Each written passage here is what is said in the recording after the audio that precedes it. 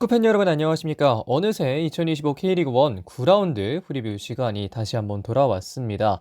여러모로 제가 최근에 좀 바빠서 추후에 영상 마무리에도 또 추가로 이야기를 드리겠지만 원래는 월, 수, 금 주로 영상을 올렸었는데 최근에는 월, 금 이렇게 프리뷰나 리뷰 영상을 올려드리고 있는데요.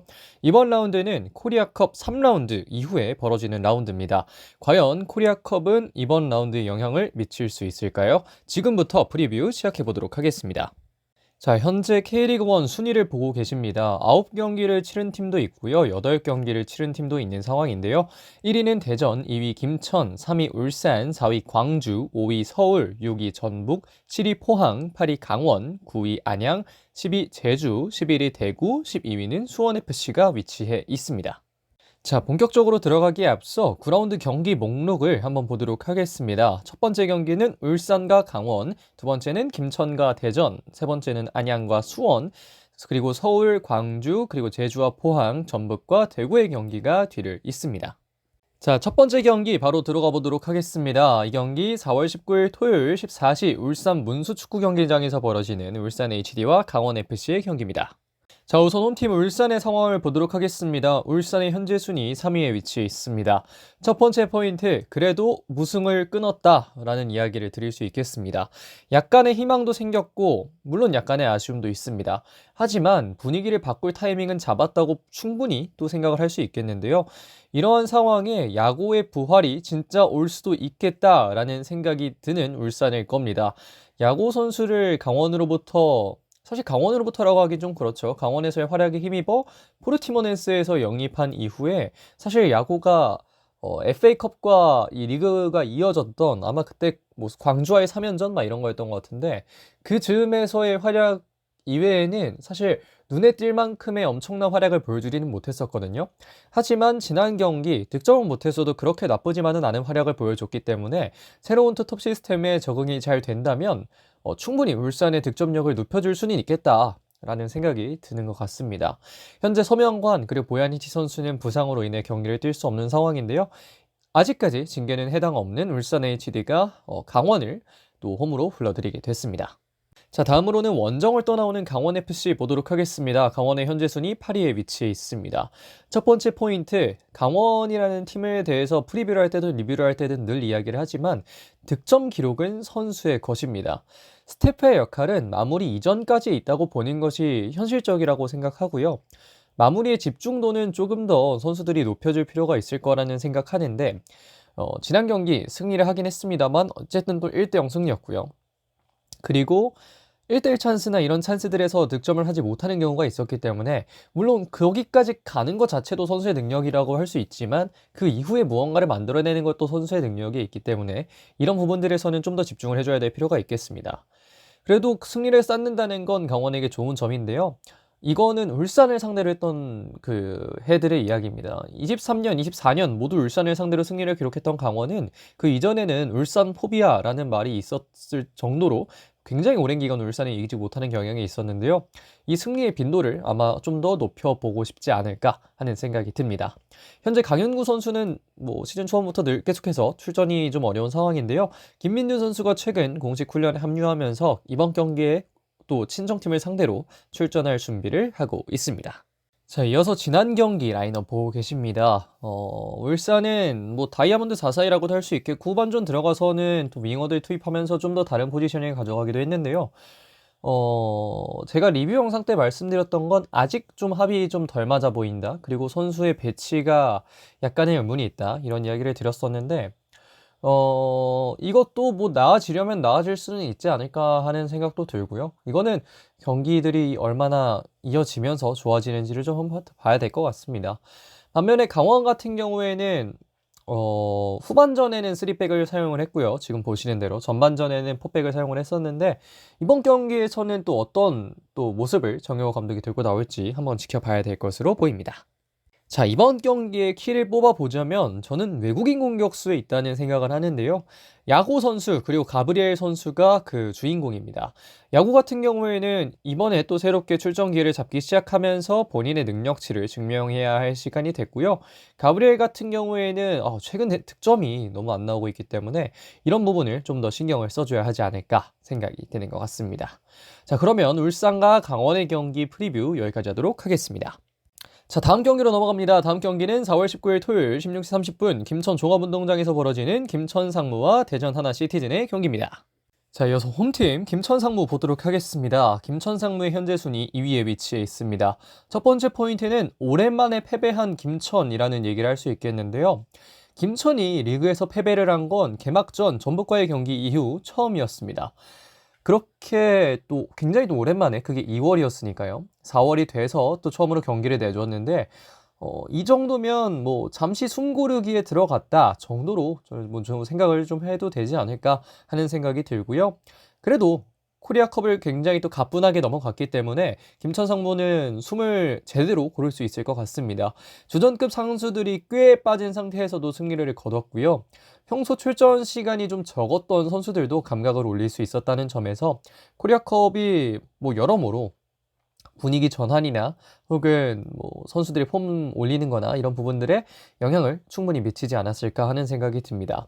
여전히 김천 상무는 큰 부상자 없고요. 징계도 해당 사항이 없어서 굉장히 좋은 흐름이라고도 또 볼 수 있을 것 같습니다. 자, 반면에 원정을 떠나오는 대전 같은 경우에는 현재 순위 1위에 위치해 있습니다. 김천도 2위라서 굉장히 높은 순위를 유지하고 있는데 대전은 1위를 정말 공고히 하고 있죠. 대전을 이 자리까지 이끄는 건 이창근의 힘이 있습니다. 이창근 같은 경우에는 서울전에 좋은 선방을 다수 보여줬고 그것이 리그에서 대전 하나 시티즌이 선두를 계속해서 유지할 수 있는 이유라고 얘기를 드리고 싶은데요. 다만 이 이창근도 코리아컵에서는 좀 하는 실수가 나오면서 다소 어려움을 겪기도 했는데 뭐 그래도 어쨌든 승리했다는 건 좋은 점이라고 볼 수 있겠고요. 어, 이런 상황에 그래도 좀 위험한 건 역시 해당 경기였습니다. 그 경기 보면 결국 승리를 했고 뭐 이창근의 실수도 결국 회복이 됐고 뭐 이런 좋은 점들도 있지만 주전급 선수들이 비교적 긴 시간을 소화했다는 건 대전에게는 약간의 불안 요소라고 할 수 있겠는데요. 굉장히 일정도 타이트하고 그렇기 때문에 대전 하나 시티즌 체력적인 문제를 좀 걱정을 하게 되지 않을까 생각이 드는데 뭐 다행인 건 김문환 선수도 복귀를 했고요. 지난 경기 뭐 주전 선수들이 아예 다 뛰었던 것은 아니기 때문에 이런 부분들에서 조금씩은 메울 수 있는 부분도 없진 않다. 다만 또 공격적인 부분이나 이런 부분들에서는 주전 선수들이 좀 뛴 경향이 있기 때문에 이런 부분들은 뭐 다소 걱정을 할 수도 있겠다는 생각이 듭니다.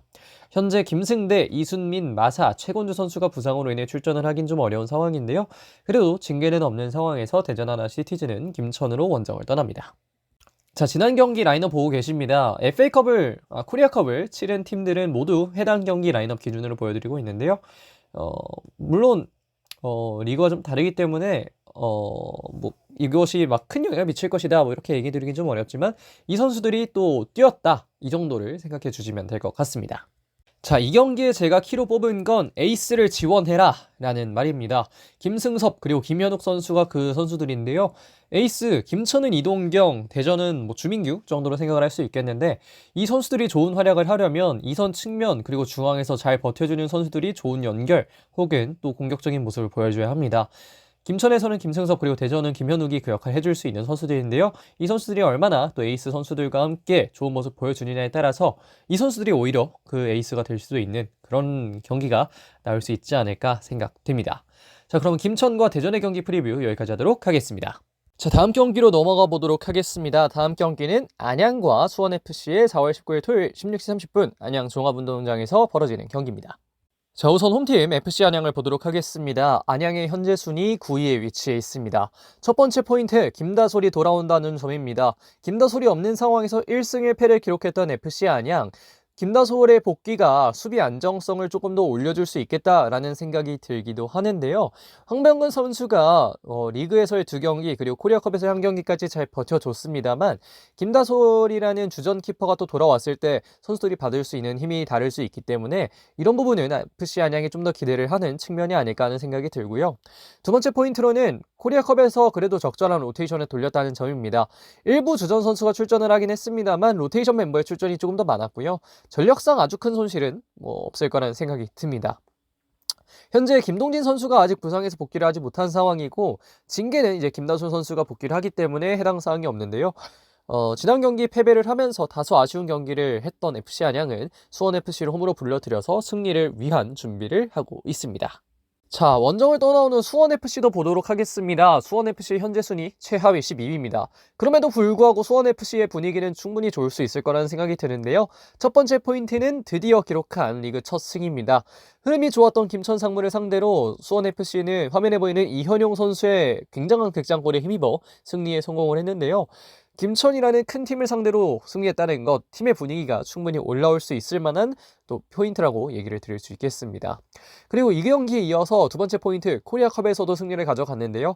아반다 그리고 오프크리 선수를 제외하면 주전급 자원의 출전이 많지 않았기 때문에 수원FC는 체력도 아끼고 2연승도 달리면서 기분 좋은 또 2연승을 만들게 됐습니다.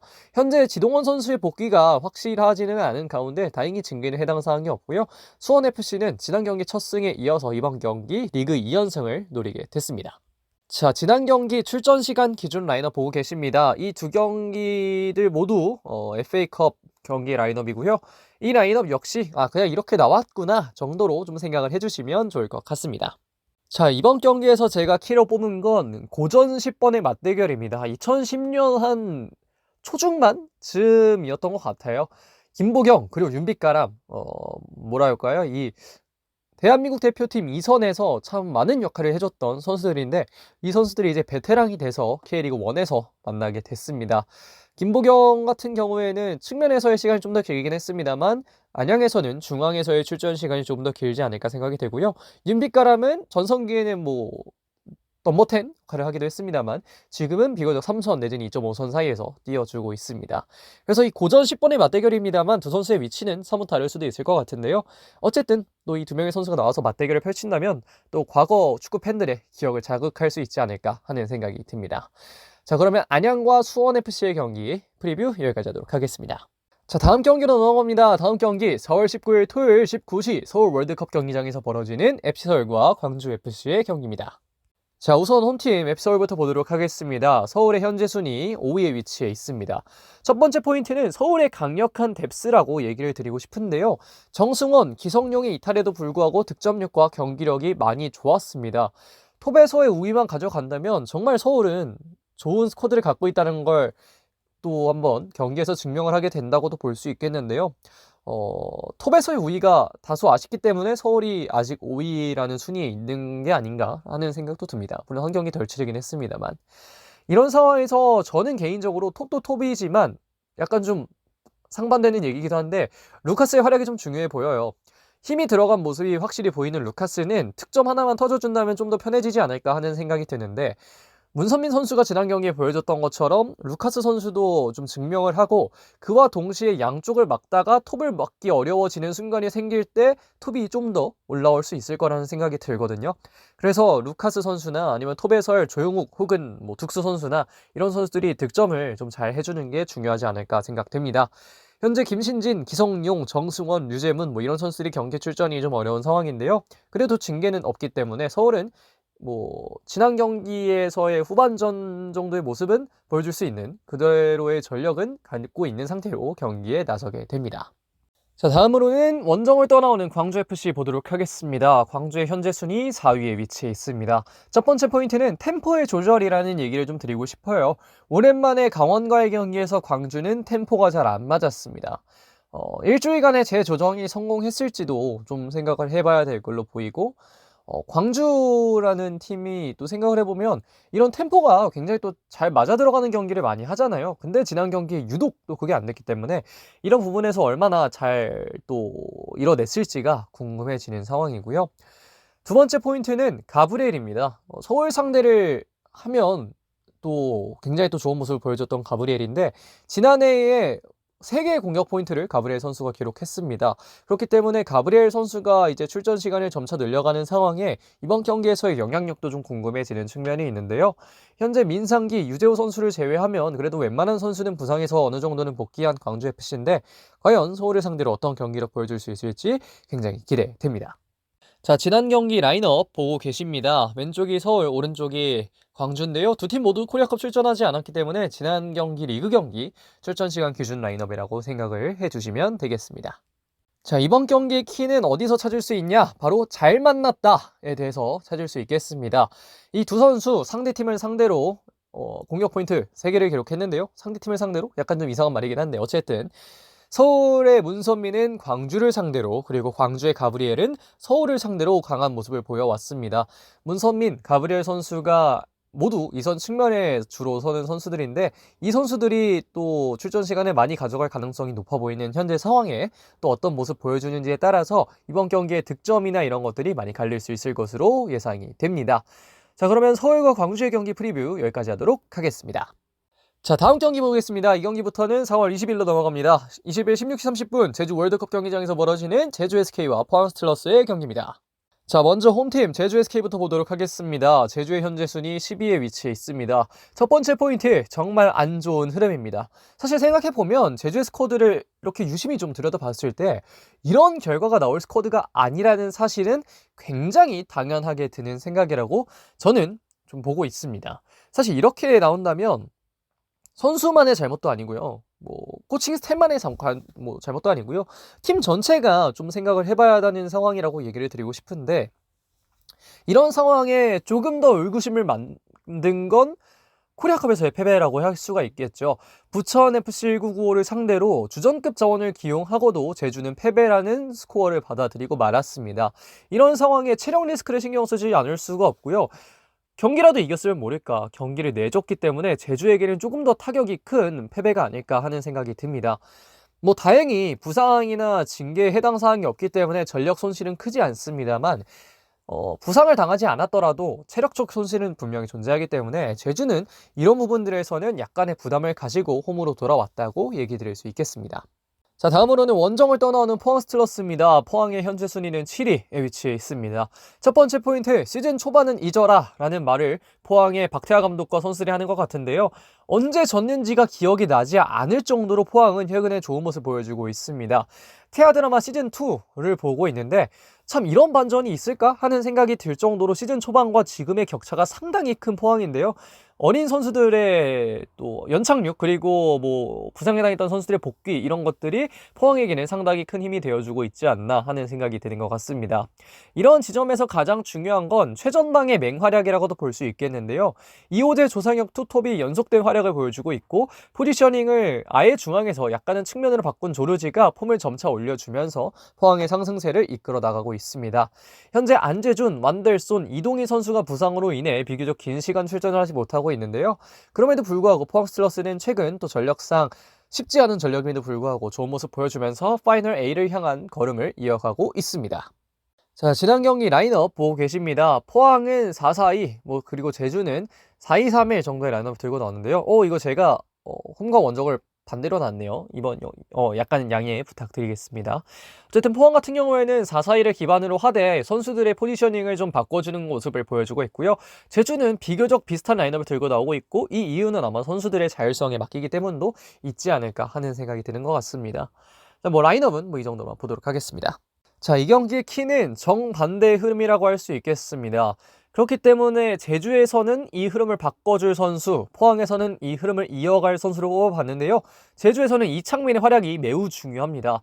주장 이창민 선수는 복귀하고 나서 최근에 제주의 승리가 많이 없기 때문에 본인은 좀 더 좋은 모습을 생각하면서 들어왔을 텐데 현재 제주의 모습이 그렇지 않잖아요. 그렇기 때문에 이창민 선수의 활약이 조금 더 중요한 제주라고 얘기를 드릴 수 있겠고, 포항의 이호재 같은 경우에는 최근에 점점 득점도 많이 기록하고, 안양전에는 정말 골도 많이 기록했는데 그게 다 반칙이나 옵사이드 이런 걸로 불리면서 다소 아쉬움을 삼켰을 건데요. 이렇게 그래도 옵사이드나 뭐 이런 거에 걸려도 골 자체를 많이 넣는다는 건 스트라이커에게 굉장히 좋은 징조이기 때문에 이번 경기에서도 이호재 선수는 그 폼을 이어가려고 하지 않을까 생각이 됩니다. 자, 그러면 제주와 포항의 경기 프리뷰 여기까지 하도록 하겠습니다. 자, 마지막 경기 보도록 하겠습니다. 이 경기 4월 20일 일요일 16시 30분 전주 월드컵 경기장에서 벌어지는 전북현대와 대구FC의 경기입니다. 자, 우선 홈팀 전북현대 보도록 하겠습니다. 전북의 현재 순위 6위에 위치해 있습니다. 첫 번째 포인트는 여전히 답답한 면이 있다는 점입니다. 직선적인 축구를 구사하고 있는 포옙 감독이기 때문에 이런 단점은 뭐 당연히 있을 수 있겠습니다만 이 스쿼드가 어떻게 이렇게 될까라는 생각은 떨칠 수가 없습니다. 제가 전북에 관해서 스탠스를 비교적 또 최근에 바꿨었죠.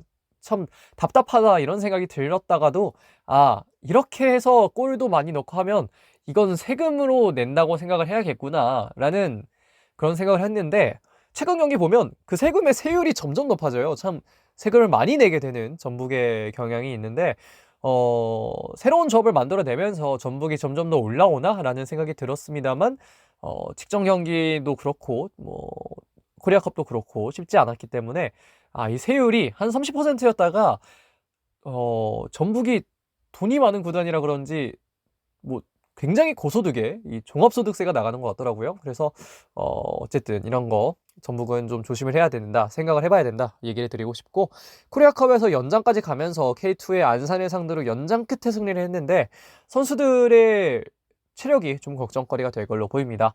부상 없고 징계도 해당 없지만 선수들이 비교적 주전급 선수들이 꽤 오래 뛰었기 때문에 전북은 이 지점도 함께 고민을 좀 해봐야 되지 않을까 생각됩니다.